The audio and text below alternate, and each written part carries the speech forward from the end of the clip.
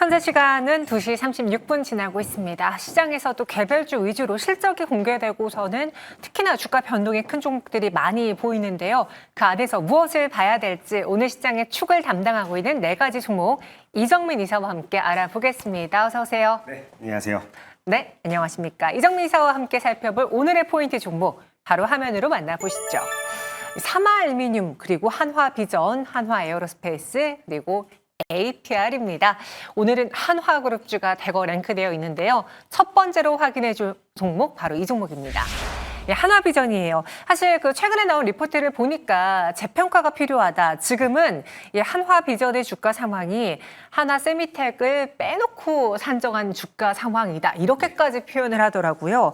오늘 주가가 크게 오른 거 최근에 반도체 소부장이 반등해줘서입니까? 무엇 덕입니까? 네, 일단 소부장들이 반등을 해준 부분도 있고요. 상대적인 매력도를 찾다 보니 시장에 이제 기대치 대비해가지고 이제 주가 레벨이 좀 낮다라고 판단을 했던 것 같습니다. 그러다 보니까 기관계 창구, 외자계 창구에서 오늘 강하게 이런 식으로 매수세가 들어오는 부분 확인할 수가 있고요. 특히나 동사 주식 같은 경우는 한미와 항상 어떻게 보면은 맞아요. 같이 언급될 수밖에 없는 종목이죠. 그러다 보니까 최근에 특히 이제 그 6월달 그리고 7월달 같은 경우에도 한동안 계속 5만 원대 초중반을 왔다 갔다 하는 주가였습니다. 근데 오늘 이런 식으로 거래되고 을 동반하면서 주가가 크게 슈팅이 나오면서 상대적으로 한미반도체 대비해서 동사가 훨씬 매력적인 구간이라고 시장은 판단을 하고 있다라고 시청자 여러분께 좀 말씀을 드리겠고요. 특히나 이제 리포트 내용에 대해서 우리 시청자 여러분께 좀 말씀을 드린다라면은 2분기 영업이익 같은 경우에는 568억 원을 예상을 하고 있습니다. 이는 전년 동기 대비해가지고 28% 이상 이제 영업이익이 증가한 수치이고요. 특히나 이제 AI CCTV 부분에 대한 판매 비중이 굉장히 빠르게 현재 증가하고 있다고 합니다. 그래서 전체 CCTV 비중 안에서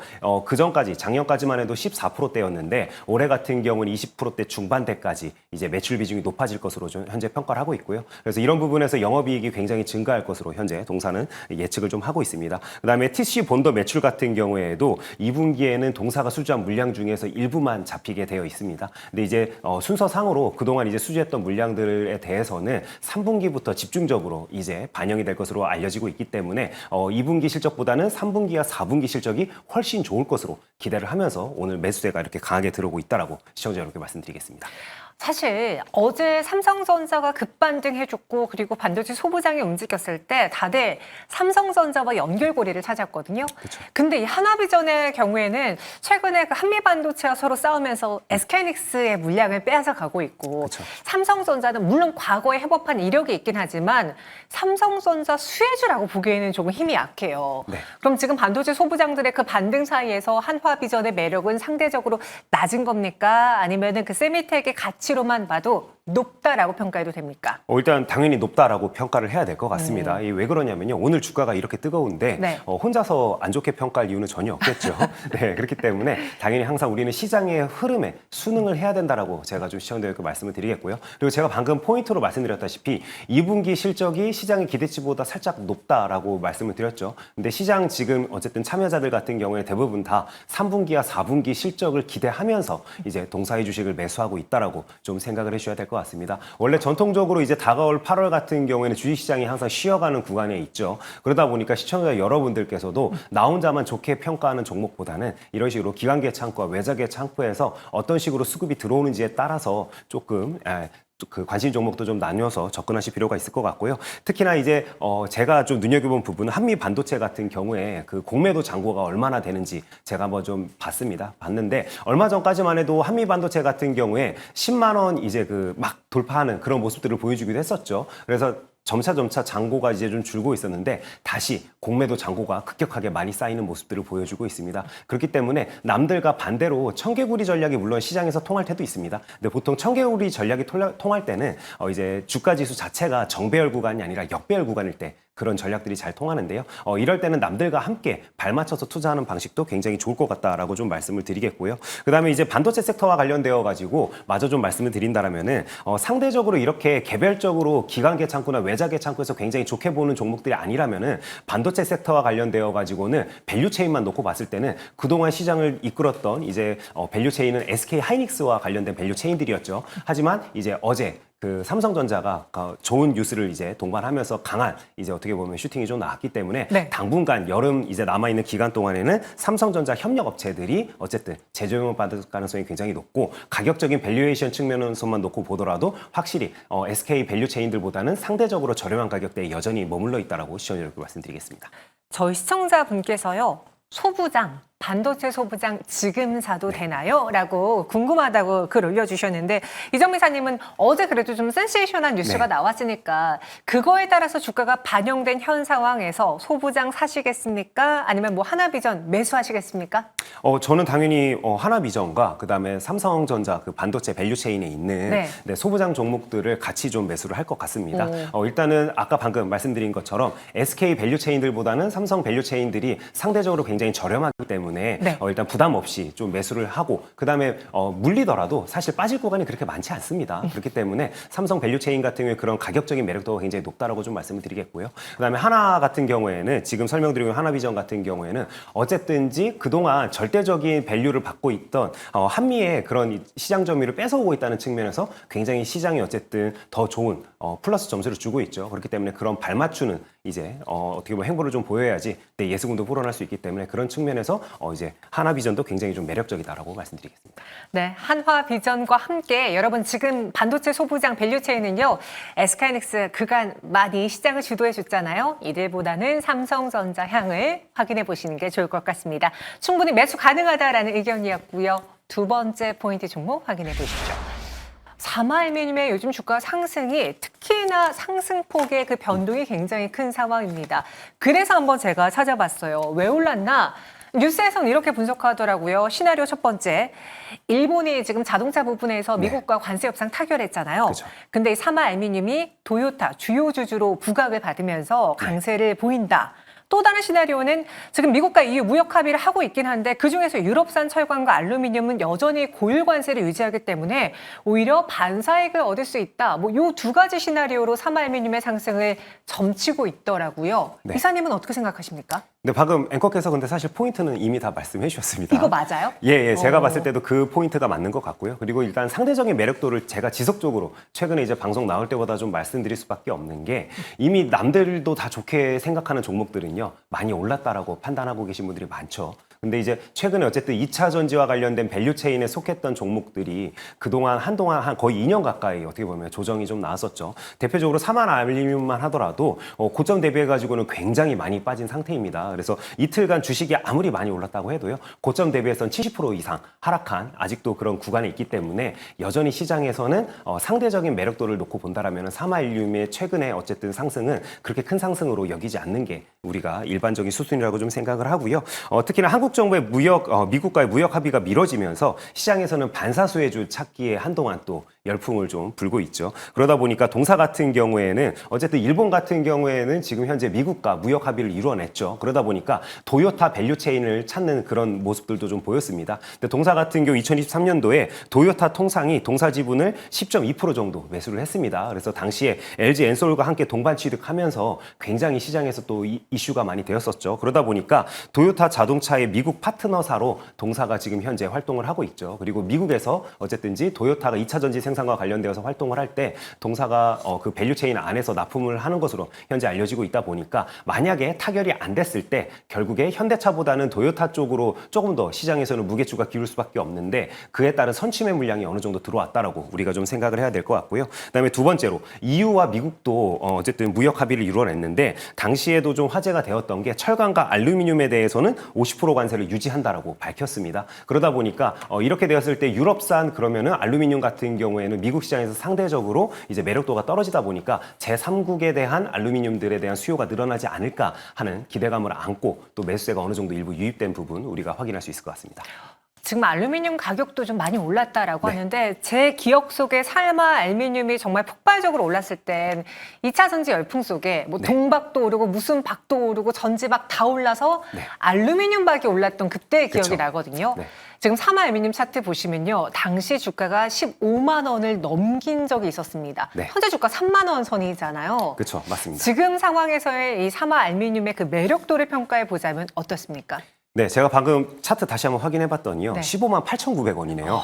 굉장히 높은 가격대죠. 어떻게 보면은 지금도 네. 한 3만 원으로 잡아도 도대체 몇 배가 올라야지 네, 이 가격대를 도달했을지 모를 정도로 굉장히 높은 가격대인데요. 네. 그러다 보니까 상대적으로 가격이 굉장히 저렴하다는 게 매력 포인트다라고 시청자분께 좀 말씀드리겠습니다. 특히나 국제 알루미늄 가격 같은 경우에는요. 24년도 하반기 같은 경우에는 톤당 약 2,400달러대에서 계속 머무르고 있었습니다. 근데 최근 같은 경우에는 2,550달러대까지 추세 상승을 어느 정도 이루다 보니까 관련된 밸류체인에 있는 알루미늄 업체들 같은 경우에도 이제 그 재고 물량에 대해서도 영업이익이 어느 정도 잡힐 수 있지 않을까 하는 기대감을 안고 있다라고 시청자 여러분께서 좀 판단을 해주셔야 될 것 같습니다. 얼마 전까지만 하더라도 2차 전지 같은 경우에도 소재 기업들은 이제 그 재고 물량에 대해서 재평가가 이루어지고 있다라고 아마 많은 전문가분들께서 말씀을 해주셨을 텐데 알루미늄 같은 경우에도 거품이 꺼지고 이제 어느 정도 기간 조정도 완료가 되었기 때문에 이런 식으로 이제 매수세가 저가권에서 유입되고 있다라고 우리가 판단을 좀 해야 될 것 같습니다.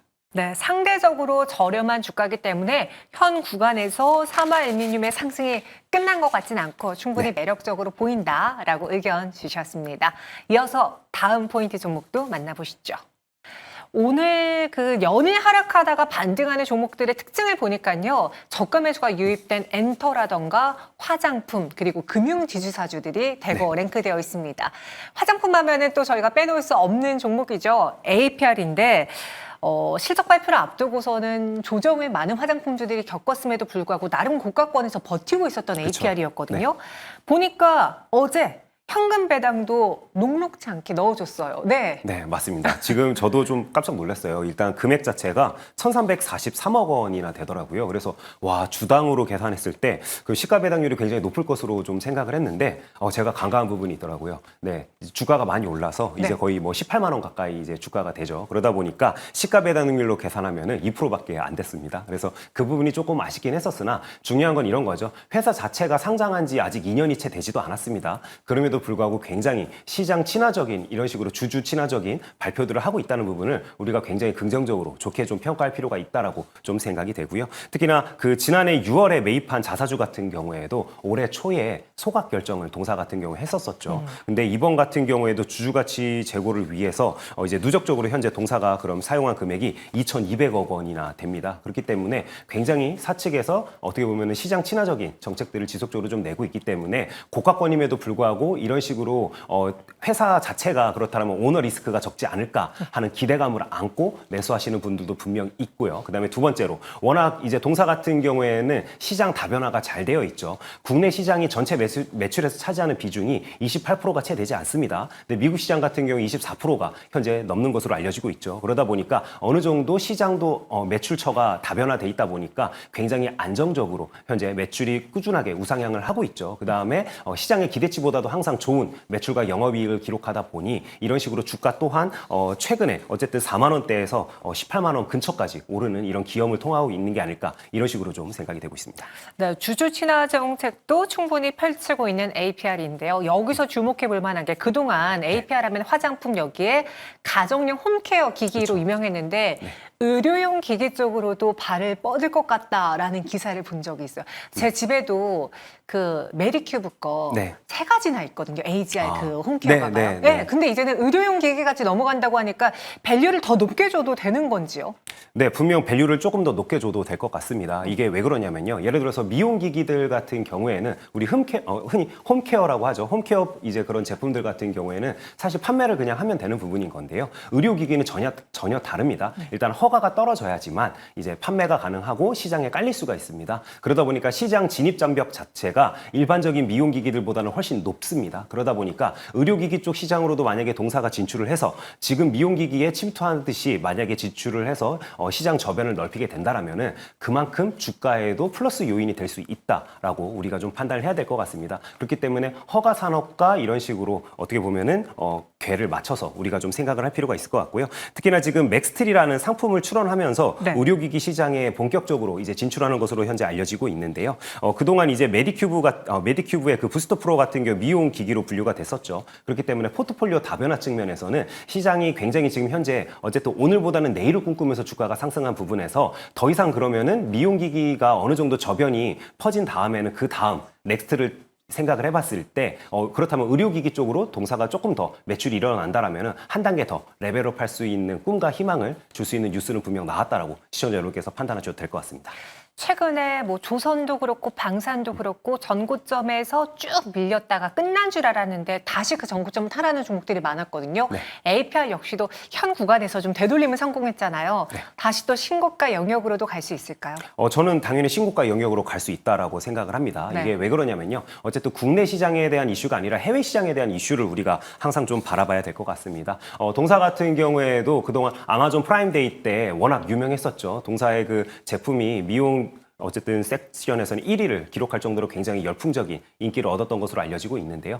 이런 부분들을 우리가 생각을 해봤을 때는 항상 최근에 시장에서는 기관계 창구에서 고가권에서 항상 세로스 물량이 나오고 외자계 창구에서 끌어올리는 모습들을 보이는 게 특징이라고 제가 지속적으로 좀 언급을 드리는데 동사도 대표적인 주식 중에 하나죠. 이게 해외에서 또 느껴지는 부분들이 분명 다르다 보니까 해외 투자자분들도 찾아서 조금 매수를 하고 있는 게 아닐까 이런 식으로 좀 생각이 됩니다. 대표적으로 상염식품이 비슷한 이제 어떻게 보면 모양새를 보이는 종목이라고 우리가 좀 생각을 해야 될 것 같은데요. 특히나 제가 이렇게 고가권에서도 일반적인 제조업체들 같은 경우 조심하자라고 보통 말씀드린 경우가 많은데 동사 같은 경우 그래도 좋게 좀 말씀드리는 이유가 또 대표님 같은 경우는 굉장히 이제 상장사 대표님들보다 어리죠. 네. 1988년생으로 MZ세대에 속합니다. 그러다 보니까 MZ세대인 만큼 또 시장에서는 어떻게 보면 어떤 혁신적인 모습들을 보여줄지 기대하는 부분도 있고요. 그리고 시장 친화적인 모습을 이어질 것으로 좀 생각을 하고 있기 때문에 그런 부분에서는 분명 플러스 요인을 줘야 된다라고 말씀드리도록 하겠습니다. 네, 의료기기 전략 통할 것 같다라고 정리해 주셨습니다. 마지막 포인트 종목으로 넘어가 볼까요? 오늘 이 종목 궁금합니다. 하나 에어로스페이스예요. 다시 코스피 시총 5위 종목으로 등극을 했습니다. 전고점을 뚫어냈는데요. 주가가 상승한 배경에 대해서는 어떻게 판단하십니까? 네, 일단은 시장에서는 지금 현재 관세 협상 때문에 굉장히 스트레스를 많이 받고 있는 것 같아요. 그러다 보니까 관세 협상 노이즈가 없는 종목에 다시 좀 수급이 몰리고 있다라고 좀 생각이 되고요. 그다음에 이렇게 수급이 몰리는 가운데서도 실적이 어느 정도는 뒷받침이 또 돼야겠죠. 그러다 보니까 동사 같은 경우에는 그런 부분에서는 참 삼박자가 고루 잘 맞는 종목이죠. 끼도 있고 실적도 받쳐주고 그다음에 어떻게 보면 대세적인 영향에는 큰 이제 어떻게 보면은 노이즈가 없다 보니 이런 식으로 매수세가 좀 쏠리고 있다라고 좀 생각을 해야 될 것 같습니다. 그다음에 사우디 그 다연장 로켓 같은 경우에도 지금 현재 그 방공 시스템과 함께 도입 예정이라고 현재 하반기에 알려지고 있죠. 근데 이 그 지금 규모가 한 20조 원 정도 되는 것으로 알려지고 있다 보니까 동사에게 그만큼 또 어떻게 보면 호재성 뉴스로 다가오는 게 아닐까 이렇게 좀 생각이 되는 부분도 있고요. 특히나 동사가 지속적으로 유럽 시장에 대해서 공략을 하려고 노력을 하고 있습니다. 그러다 보니까 동유럽 시장이나 서유럽 시장 쪽에서 판로 개척을 위해서 노력을 좀 많이 하고 있는데 특히나 지금 현재 떠오르고 있는 게 유럽 시장에서는 천무에 대한 니즈가 굉장히 이제 떠오르고 있습니다. 근데 천무와 관련되어 가지고도 폴란드에 있는 방위산업체와 현지 생산을 위한 합작법인을 설립한 것으로 알려지고 있죠. 그렇기 때문에 하반기 또는 빠르면은 만약에 내년 상반기 같은 경우에는 유럽 시장에서도 본격적으로 뭔가 모멘텀과 관련된 뉴스들이 쏟아지지 않을까 하는 기대감을 안고 투자자분들이 매수세를 좀 이어나가고 있다라고 평가를 해야 될 것 같습니다. 오늘 그리고 하나의 김동관 부회장이 미국 관세 협상 지원차 한국의 그 대표단에 합류했다라는 뉴스가 나와서 하나그룹주가 오전에 굉장히 강했어요. 그쵸. 그런데 오후에 하나오션 실적 공개되고서는 나쁘지 않았는데 오히려 세론성 매도 물량 나왔고 네. 하나시스템은 실망스럽다라는 이유로 갑자기 쭉 밀렸다가 지금은 낙폭을 만회했거든요. 하나그룹주 오늘 어떻게 보면 약간 고점 신호가 나온 겁니까? 물론 실적이 미스한 부분은 분명 맞는 것 같습니다. 네. 특히나 하나 시스템 같은 경우에는 어쨌든지 컨센보다는 굉장히 좀 하회하는 모습들을 좀 보여줬기 때문에 불안감을 느끼시는 분들이 많을 것 같아요. 근데 제가 생각했을 때는 일단은 지금 현재 고가권에 있던 종목들이 전반적으로 겪고 있는 현상들이 있습니다. 대표적으로 대주주 양도세와 관련되어 가지고 계속 노이즈성 뉴스들이 나오고 있죠. 그러다 보니까 일단은 수익이 많이 나신 분들 같은 경우에는 팔고 보자라는 심리가 굉장히 강한 것 같습니다. 당연하죠. 수익이 많이 났기 때문에 일부 차익 실현에 대한 분명 생각을 하고 있었을 텐데 이런 대외적인 부분에서 불확실성이 지금 현재 어쨌든 대두되고 있는 측면에서는 당연히 어느 정도는 포트를 줄이는 분들도 분명 많을 것으로 저도 좀 생각을 하고 있고요. 그러다 보니까 차익 실현 매물이 나온 부분에서 이제 실적까지 미스가 나다 보니까 세론성 물량이 오늘 같은 경우에 좀 강하게 나오고 있다라고 좀 말씀을 드리겠습니다. 특히나 저 같은 경우에 하나오션은 만약에 이런 식으로 추가적으로 이제 매도세가 더 나온다라면은 적극적으로 좀 매수를 해야 된다라고 생각을 하고 있는데요. 이게 왜 그러냐면은 보통 제가 지난해 같은 경우에는 여름에는 만약에 3분기와 관련된 이슈로 인해서 주가가 빠지게 된다. 된다라면 좀 사보자라고 말씀드렸었죠. 근데 이번 같은 경우에 3분기가 다른 모습을 보일 가능성이 굉장히 높습니다. 왜 그러냐면은 여름 같은 경우에 조선주가 대표적으로 약세를 보이는 구간인 건데 올해 3분기 조업 일수는 지난해와 비교했을 때는 전혀 변함이 없습니다. 이 이유가 추석이 올해 같은 경우 10월 달이죠. 네, 지난해는 9월이었습니다. 그러다 보니까 조업 일수 영향이 3분기와 4분기가 큰 차이가 없습니다. 그렇기 때문에 영업이익 측면에서 3분기가 항상 좀 슬로우한 모습을 보였다라면 전통적으로요. 올해 같은 경우에 그런 모습이 없을 예정이기 때문에 적극적으로 눌리는 구간에서는 매수를 해보자라고 시청자들께 말씀드리고 싶습니다. 네, 이렇게 오늘 4가지 종목 알아봤고요. 이 중에서 오늘의 탑픽 종목 한번 선별해 보겠습니다. 이정민 이사가 선택한 종목은 한화 에어로스페이스네요. 네, 맞습니다. 오늘 제가 시청자들께 말씀드리고 싶은 탑픽 종목은 한화 에어로스페이스입니다. 이유는 굉장히 간단합니다. 유럽 방산기업 같은 경우에는요, PER이 33배가 평균입니다. 그다음에 우리나라 방산기업들 같은 경우에는 평균 PER이 27.9배입니다. 근데 오늘 지금 이렇게 한화 에어로스페이스가 신고가 구간을 향해서 달려가고 있는데도 불구하고 21.46배밖에 되지 않습니다. 그러다 보니까 제가 생각했을 때는 한화 에어로스페이스 충분히 흔히 이야기하는 우리가 100만 원을 넘어가는 주식을 황제주라고 표현하죠. 네, 황제주에 걸맞는 주가 밸류를 나중에는 평가받을 것으로 좀 생각이 되기 때문에 오늘 탑픽 종목은 한화 에어로스페이스라고 시청자들께 말씀드리도록 하겠습니다. 알겠습니다. 이렇게 오늘 시장 안에서 더 눈여겨봐야 될 종목을 선별해 드렸고요. 이정민 이사 여기서 인사드리도록 할게요. 설명 고맙습니다. 네, 감사합니다.